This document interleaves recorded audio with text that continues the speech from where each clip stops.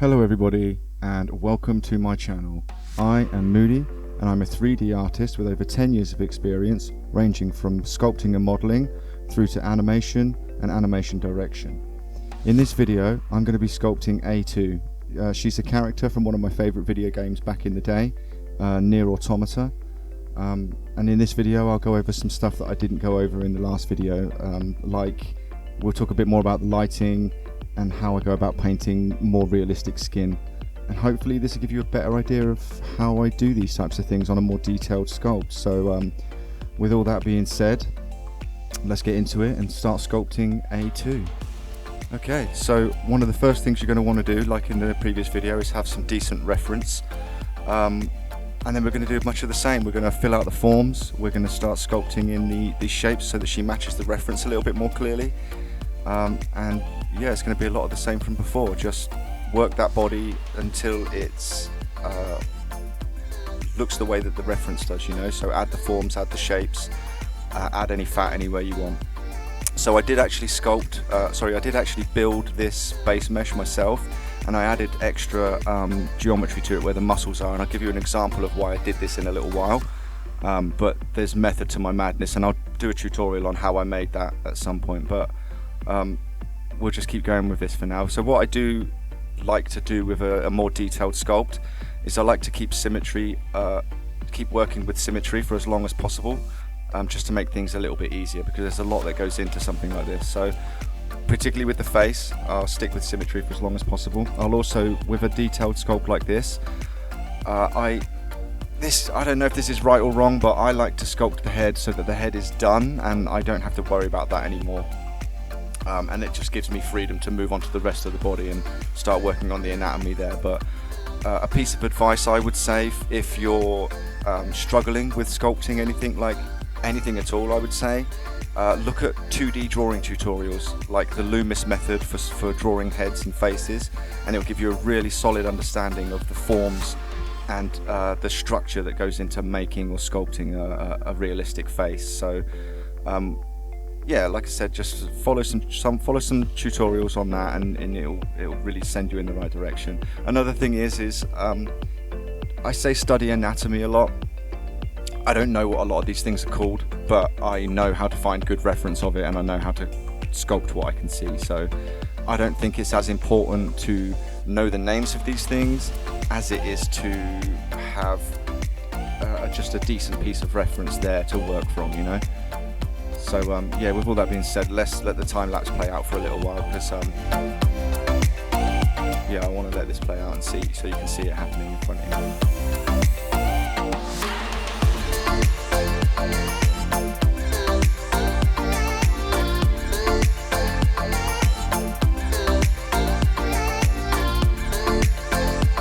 Okay, so I'm going to move on to the lips here. Again, keeping it symmetrical, I want to smooth it out and add some geometry to it so that I can add some texture to the lips and plump them out where they need to be. So most humans probably have some sort of overbite, so the top lip is going to stick over a tiny bit, and then yeah, like you can see here, I mask it off, I move the lips into a more believable position, and then I'll smooth it out a little and add some texture using the clay tool. Yeah, here we go, so I added a bit of texture there, and then I'll just work on adding the forms and a bit of flesh. If you don't have enough fat or flesh around the cheeks, they start to look a bit gaunt, a little bit old. So I think 2B's are supposed to be a younger character, or sorry, A2 is supposed to be a younger character, so I don't want to go too gaunt on the cheeks. I didn't sculpt these teeth either. I can, but I don't see the point when a perfectly good set of teeth already exist inside of Nomad. So moving on to the hair, we're going to use the tube tool, and we're going to go down to the profile in the options there, and we're going to set it so that it's a bit flat with a ridge down the top of it, and we're just going to keep duplicating that hair around until she's got enough form there. Obviously don't just put it willy-nilly, try and follow the reference as best you can. And another thing I would say is, when you get around to the side and the back of the hair, make sure that you've got a layer of hair at least at ear height, so that it looks like she's got layered hair, you know, because you don't just have hair growing out of the top of your head, it would look weird. So once we get around to the back, I add another layer below, and it creates more form to the hair. It just feels more realistic. So yeah, let's let this time lapse play out for a little while, and you can see how I get through this hair.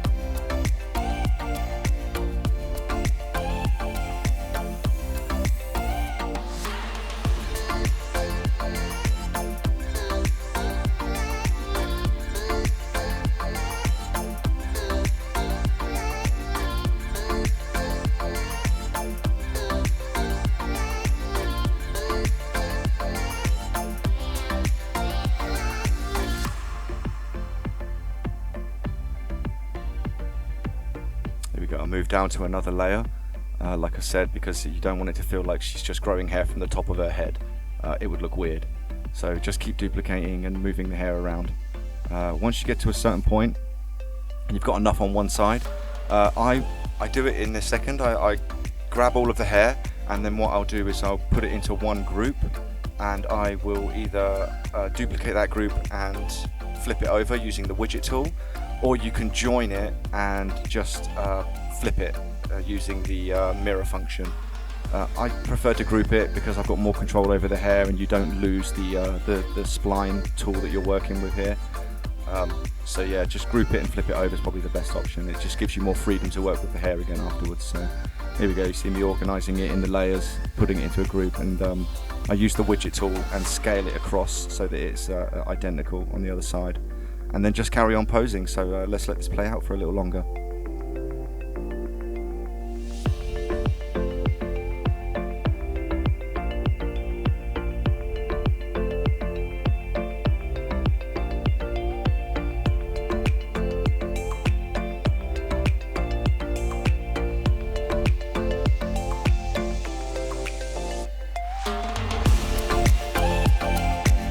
Okay, so we're almost done with the hair here, so what I'm going to do at this point is I'm going to duplicate one of those hairs. I'm going to scale it down so it's a longer, thinner hair, and we're going to keep duplicating those and posing them so that we can have them as flyaways, like smaller hairs that just create another level of realism to the hair. I mean, this isn't perfectly realistic hair, but adding those flyaways is just like another layer of depth to the hair, and it makes it a little bit more visually interesting to look at. So again, follow the reference to see where these flyaways might be, and just keep duplicating and positioning and posing until you end up happy with the hair. So we'll let this play out for a little while, and you can see what I end up doing with these flyaways.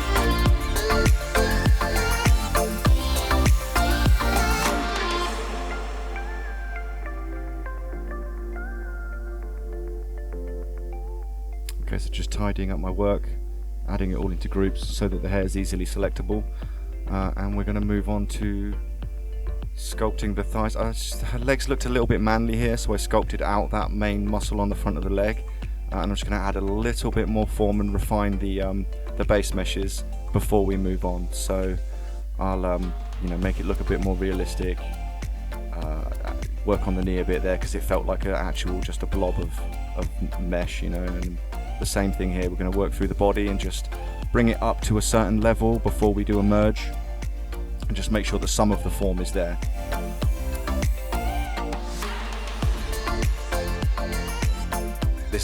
Here's an example of why I made my base mesh the way I do, so you can see you're easily able to sculpt in a muscle flex, merge it all together, and then start sculpting from there. So I'll do this. I'll go over this in a tutorial a bit more clearly, and I'll show you guys how I made my base mesh. So we're going to move on to the sword for now. Hard surface modeling isn't something I'm a huge fan of, but it's relatively easy to do inside of Nomad once you get used to the tools that are available to you. So Here we're going to basically just drop in the shapes that we want and use the trim tool to cut it away. With the handle, I set the mirror function to radius on the Y with a local axis, and I sculpted around it. Using the polygon tool with the trim, I gave up using this for this and just went for a shape with a Boolean remesh here, because it was difficult to keep a consistent shape. So, and again, I'm going to do the same Boolean remesh, put some holes in here, and some guttering here. I think these are bloodlets, but don't quote me. Those are to let the blood out so that your victim will bleed to death or something. I mean, I'm not a sword expert, but so here we are with again with the hard surface stuff. The Boolean tool, while using the trim, is an absolute godsend. It's great for this type of stuff. You can leave it open, just keep making new shapes, and then tapping on the green layer in the middle, and it will remove whatever's inside of the shape. So we'll let this play out a little bit, because a lot of this is just going to be cutting shapes out of cubes and making it match the reference. So we'll let this play out for a little while.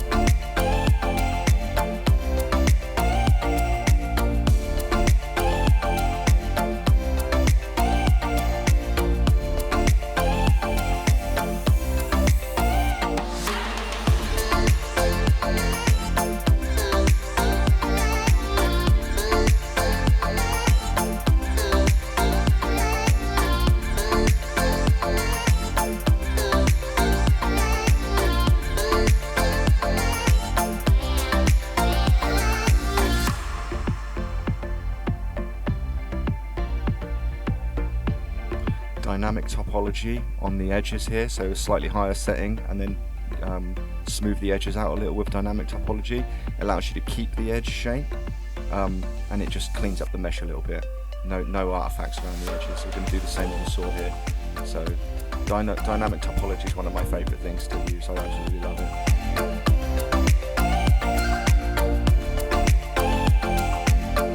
Okay, so I'm pretty happy with the sword there. So we're going to move back to sculpting the body.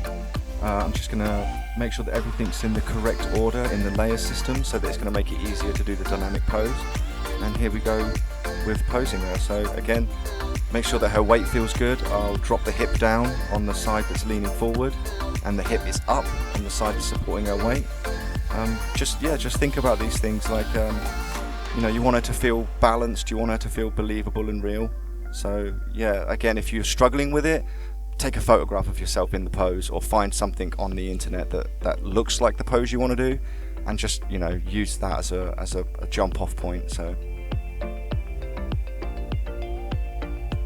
dropping the sword in here, I get to the point with the hand where I start to pose it, and I'm just really not happy with it. It felt weird. And so one of the issues I had here was that I wasn't actually using a reference for this pose. I just thought she's going to be holding a sword, so why not? It improves when I actually make the shape with my own hand, and that shows me what I was doing wrong. So I end up bringing the thumb over to the top to make it just feel like a bit more of a relaxed pose. But again, guys, you've got a hand, pose it in the shape you want, and it's a great piece of reference, Same with the feet. When we get to the feet, use your own feet as reference if you can't find anyone else or any other feet.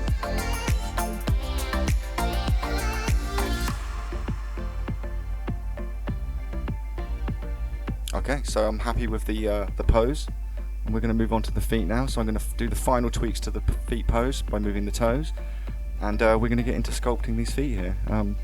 Feet and hands are one of the hardest things to sculpt, in my opinion. So practice, guys. Don't just give up because you're struggling with it. Have good reference. Practice sculpting feet using your own feet and hands as reference. So what I end up doing here, I use the feet that are in the yellow shoes here as my reference point, because they're closer to the position I want for the pose.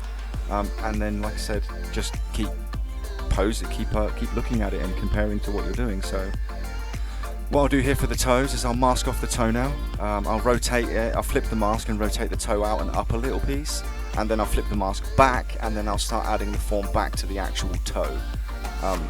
But it's, again, once you've done it a few times and you're used to it and you get used to using the tools, this isn't that difficult to do. Like, study, reference and practice is probably the best advice you'll ever get on these types of things. So yeah, with all that being said, let's let this time lapse play out on the feet. I'll use the mask tool actually, sorry, before we go quiet here. I'll use the mask tool when I flip the feet, and I'll mask off the toes and repose so that I'm not losing any detail when I'm reposing. So we'll get to that and you'll see what I mean.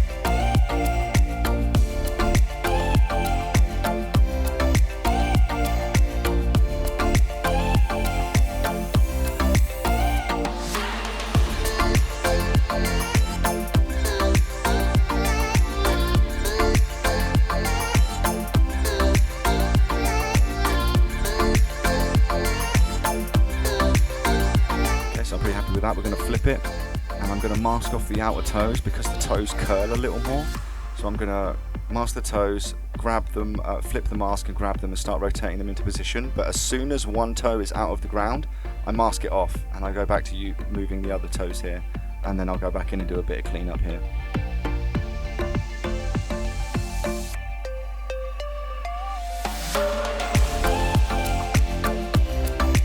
Yeah, so I'm pretty happy with those feet.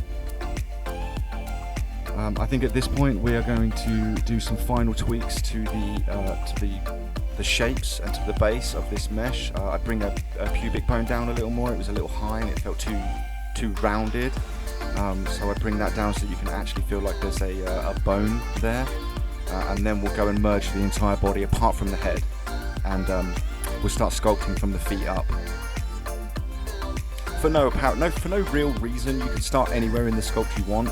I feel more comfortable working my way up through the body on a sculpt like this because I'm more comfortable sculpting legs than I am arms, for example. So I want to get the sculpt to a point where it feels like it's getting somewhere and it feels like the thing I'm sculpting. So there's no shame in it. If you are struggling with something, move on to another part of it and start to bring up the model together. So here, working on the tendons from the back of the tendons and muscles from the back of the leg to the front that help with the knee bends. Reposing the knees a little because they felt a bit square. And yeah, just working my way up through the body. We'll let this play out for a little while because all I'm doing is adding form, adding some fat and flesh to places where there are recesses like this. So we'll let this play out and we'll come back when we get to the anatomy in the midriff and the body.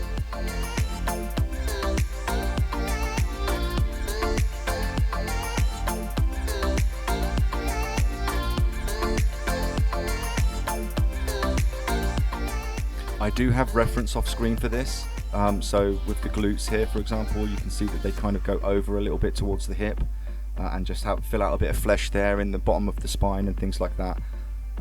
So yeah, just study the reference, make sure that what you're looking at is what you're sculpting is what you're looking at. So moving on to the midriff here, I'm going to smooth this out, fill in some of those shapes and get the base sculpt for the abs in there. She's not as much of a hard body. She's not as toned as this in the reference or in the game. So at some point I'll come and smooth this out. These are just landmarks for me for now, so that I know where the abs go and how much rotation is in that muscle.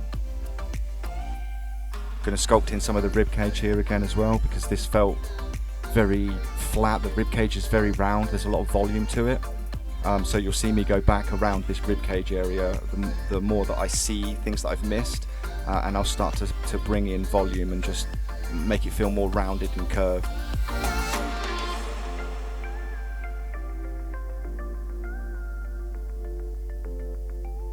So yeah, just flicking backwards and forwards through areas that I'll notice as I'm working. I think here one of the hips felt a bit low and a bit shallow, so I brought that out and up. We're going to add some muscle in the side here, and this is another point where I realised that up near the armpit there's not enough volume to the rib cage, so I'm going to go back in there in a minute and start pulling all of that out to make it more full and rounded.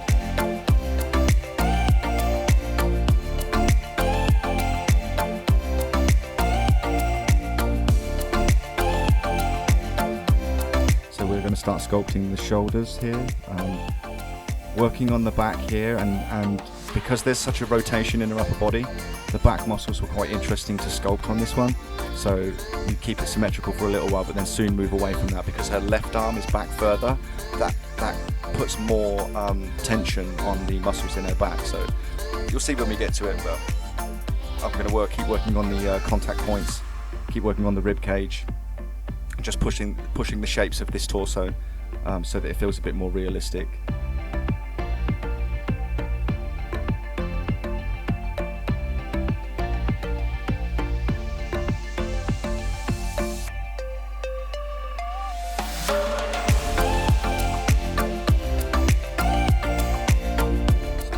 Here I come back in and I add a bit more volume to the bottom. It didn't feel like it was twisting right in her lower abdomen. Adding a bit more volume there under the boobs so that you can see that there's an actual curve to the rib cage, and the boobs are resting on that rib cage.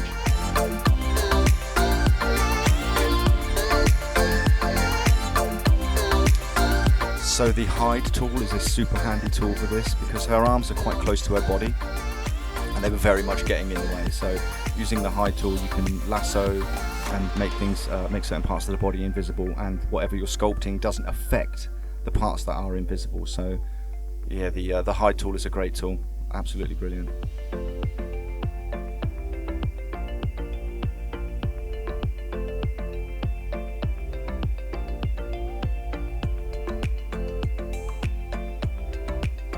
So here we are working on the back. You can see the left side is under more tension because she's rotated so far back, and working on the creases there as well under the armpit and the contact points between the underarm and the muscle.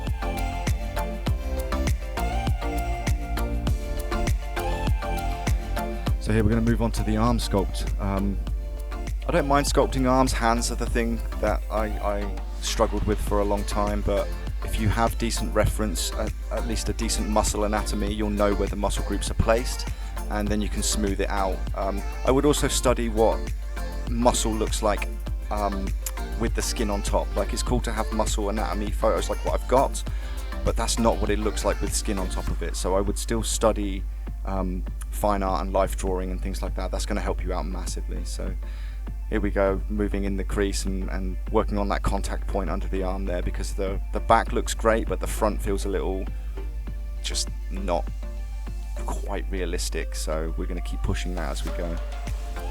So I'll let this time lapse play out for a little while. We're going to be doing the same thing here, putting some flesh around the arm where it needs, working on the muscle groups and just defining that arm.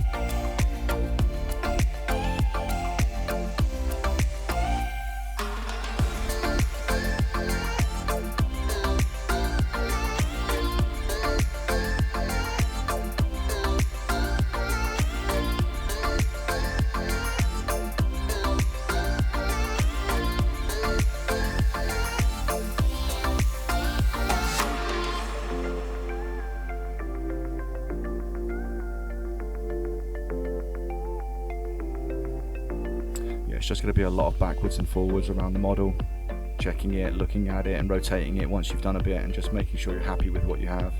So we're going to move on to the hand sculpts. Fortunately for me, on this particular sculpt, she's wearing gloves, so I don't need to worry about sculpting all the details like the fingernails and the creases on the knuckles and stuff, but it's good to have a base anatomy under the glove that you can work from.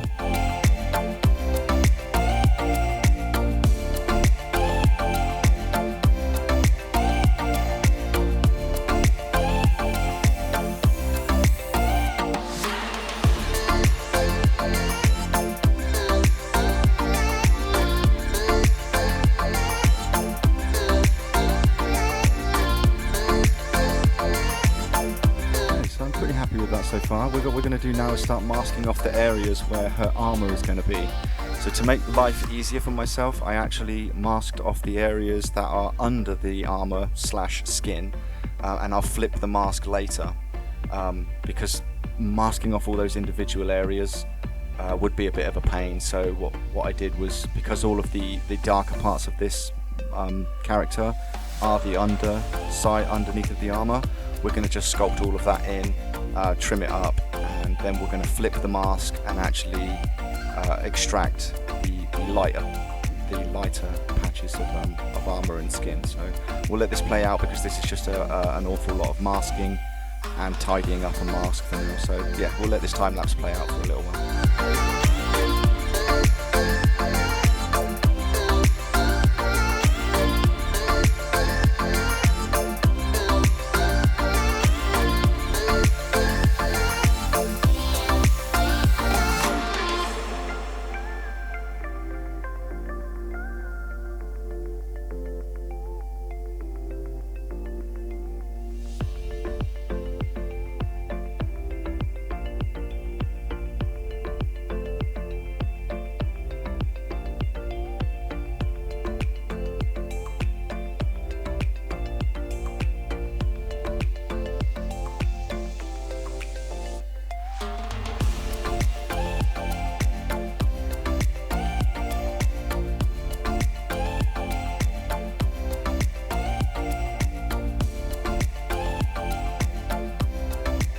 So again with the hide tool, because I had to work underneath where the arm's quite close, use the hide tool, and whatever's hidden is not affected by what you're doing on the screen. So it's a great tool, super handy.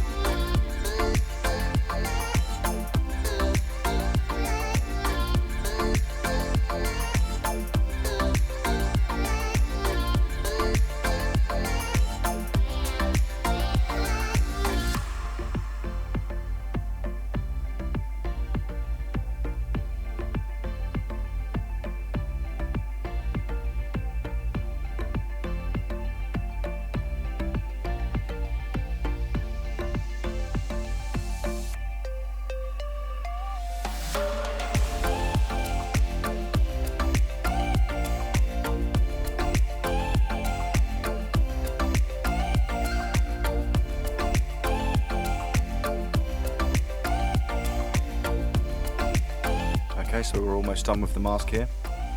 Just going to finish it off, tidy it up a little bit, and then we're going to flip the mask and extract the armor. Yeah, just the last few bits. Then we're going to flip the mask and we're going to extract the armor / skin, so that we've got it all as one group. So it's going to make it easier for painting and just keeping things tidy in the scene. It is quite a clean extraction. Make sure you've got nice sharp edges in the options here. You can see me going through them. And although it came out quite clean, there was minimal work that needed doing to it. I do have to trim a few of the edges and corners up, but otherwise I was very happy with how this extraction came out.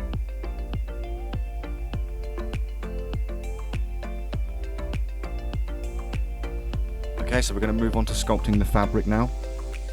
Something to think about with fabrics is try and understand where they crease from. So like around here, for example, because her legs tilted forward slightly, there would be creasing and wrinkling of the fabric.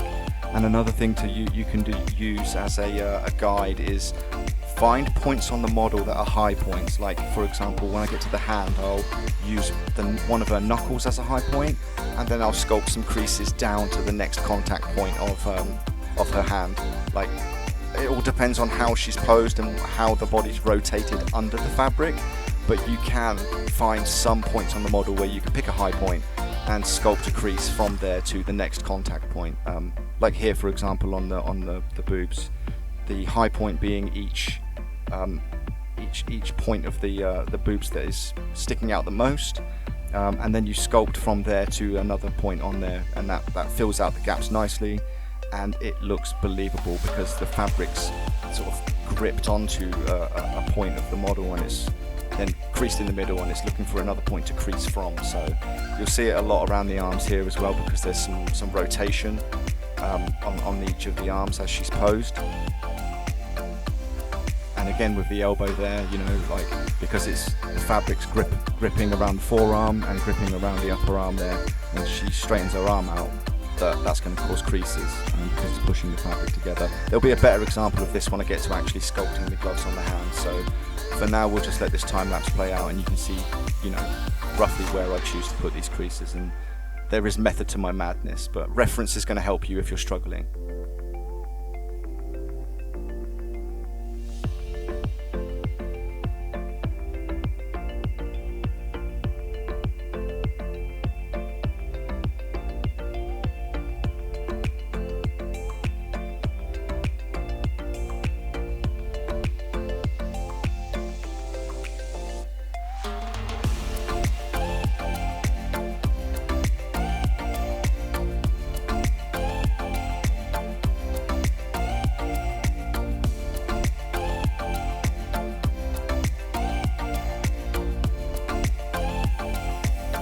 Same here. So the two high points being each glute or gluteus maximus, and you just, you know, pick a contact point between them and fill the area in and add a crease there.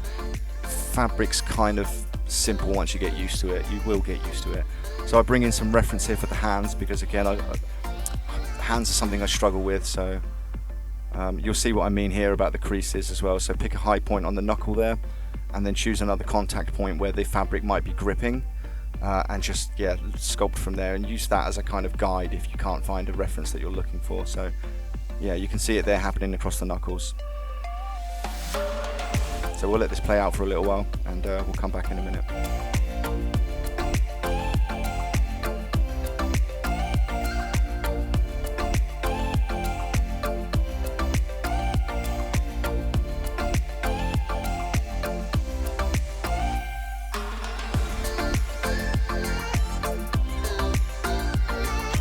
Okay, so here's what I was talking about earlier, slightly cleaning up on some of the armor. I did try and crease around this using the crease tool, but it was very uneven. I was struggling to keep it at an even distance from the edges. So what I ended up doing was I used the tube tool, and I set it to looped, like the little infinity pose there. It means it's a closed loop. And with the snapping tool on, I'll pose it around the actual edges of the of each piece of armor or skin. This gives me more control over how close or far I can get it from the edges. I'm not having to go backwards and forwards. I did edit a lot of that out because there was a lot of it. So what I end up doing to create the edges is I'll reduce the size of the tube so that it doesn't cut all the way through, and then I will boolean it out using the remesh tool,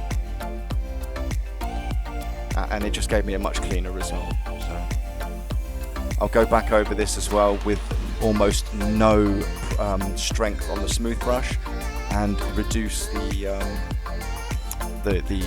number of faces and edges and points in there because it was starting to get a bit heavy. You can use the decimate tool, but I feel like doing it manually using the smooth brush and the dyno topology, you've got more control and you lose less detail. So really lower the strength on the smooth brush, and gently rub over anywhere that you want to lower the resolution on.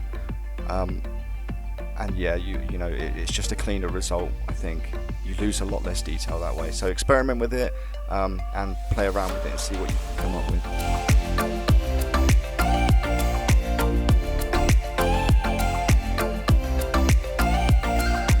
Okay, so let's get into the painting.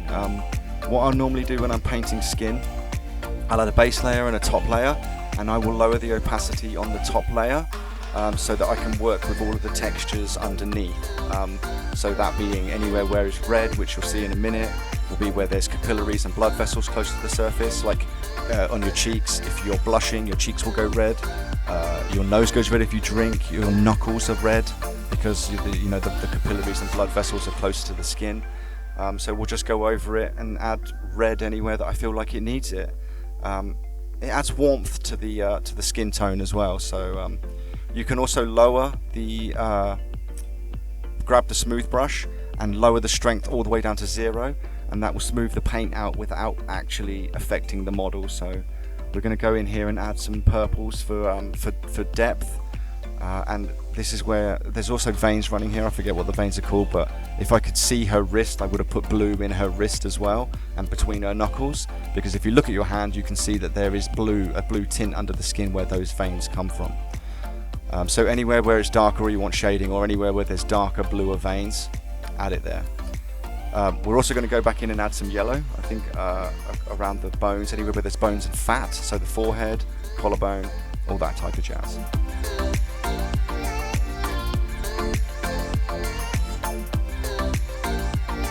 Yeah, and then we're just going to add the extras on top. Eyebrows, rough eyebrows again, because you know this is doesn't have to be perfect, and I don't think we're going to really see her that close. For the skin, for the lips as well, make them a bit more glossy and paint them on. I did try and put a darker eyeshadow on, but it looked weird, so I went with what was actually in the reference and made that eyeshadow a bit more pinkish. And yeah, I mean, I'm pretty happy with that skin. Mess around with the opacities on each layer.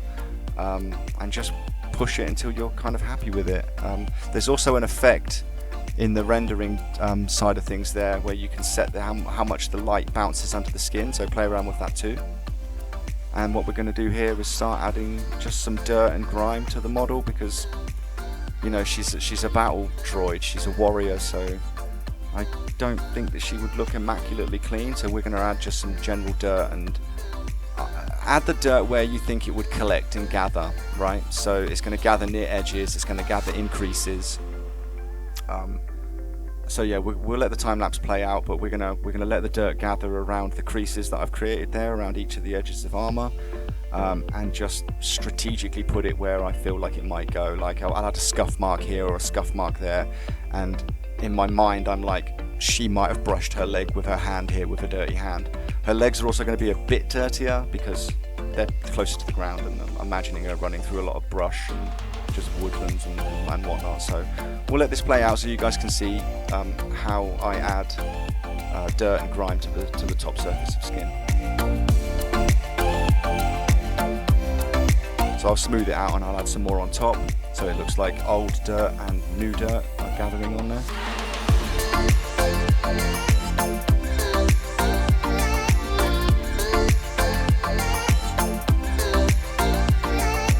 Think about how she moves while you're doing this. Like when you sculpt, when I get to the sword, you'll see what I mean. But for example, I imagine that I put scuff marks in a certain direction on the sword, and that's because I imagine her swiping it across and down towards herself. So the scuff marks are going to be at a slight angle across the sword.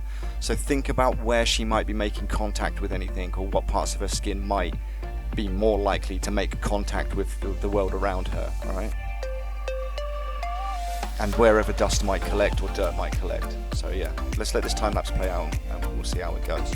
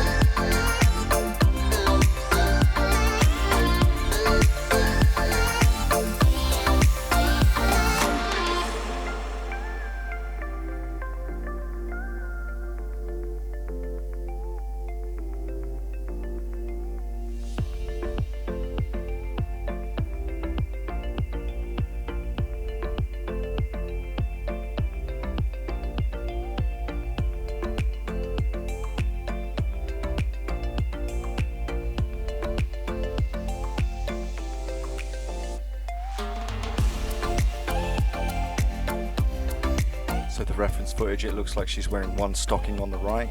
So we're going to add a top layer, make it sort of like a reddish, dark reddish brown, and lower the opacity on that so it feels like a stocking.